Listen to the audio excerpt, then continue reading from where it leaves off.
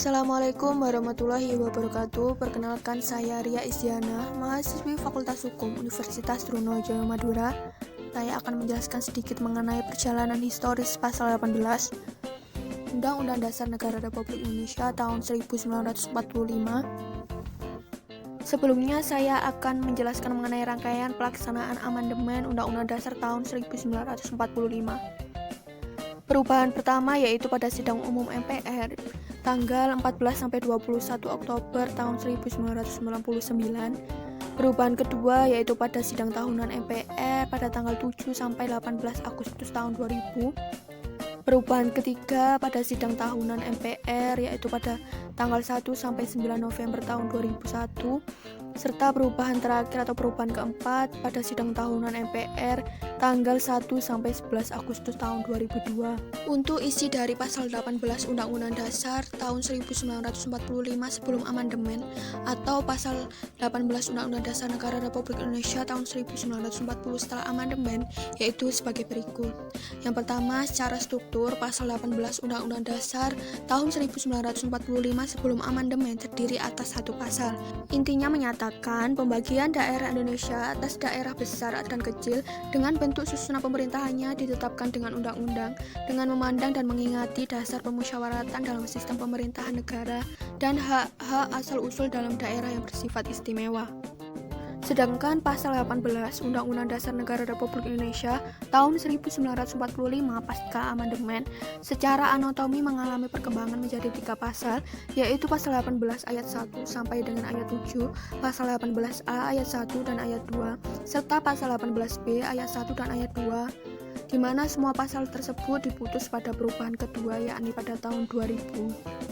Kemudian isi dari pasal 18 Undang-Undang Dasar tahun 1945 sebelum amandemen mengandung 3 prinsip utama, yaitu yang pertama prinsip desentralisasi teritorial wilayah negara Republik Indonesia yang akan dibagi dalam satuan-satuan pemerintahan yang tersusun dalam daerah besar dan kecil, sehingga Undang-Undang Dasar tahun 1945 tidak mengatur mengenai desentralisasi fungsional. Yang kedua, pemerintah kepada pembentuk undang-undang yaitu Presiden dan DPR untuk mengatur desentralisasi teritorial tersebut dalam undang-undang atau undang-undang organik.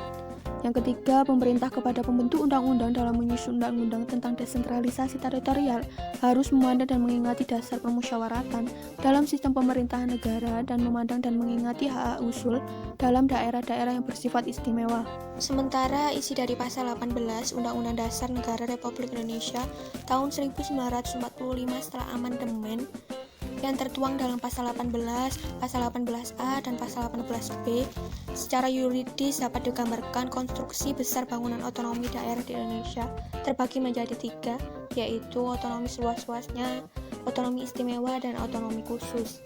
Maka dari penjelasan sebelumnya dapat ditarik kesimpulan mengenai paradigma penyelenggaraan pemerintah daerah, yaitu terdiri dari pemerintah daerah disusun dan dijalankan berdasarkan otonomi dan tugas pembantuan, di mana di masa depan tidak ada lagi pemerintahan dekonsentrasi dalam pemerintahan daerah. Yang kedua, pemerintahan daerah disusun dan dijalankan atas dasar otonomi seluas-luasnya, karena semua fungsi pemerintahan di bidang administrasi negara dijalankan oleh pemerintah daerah, kecuali yang ditentukan oleh pusat. Yang ketiga, pemerintah daerah disusun dan dijalankan atas dasar keragaman daerah. Perbedaan harus dimungkinkan baik atas dasar kultural, sosial, ekonomi, geografi, dan lain-lain. Yang keempat, pemerintah daerah disusun dan dijalankan dengan mengakui dan menghormati kesatuan masyarakat hukum adat dan berbagai hak tradisionalnya.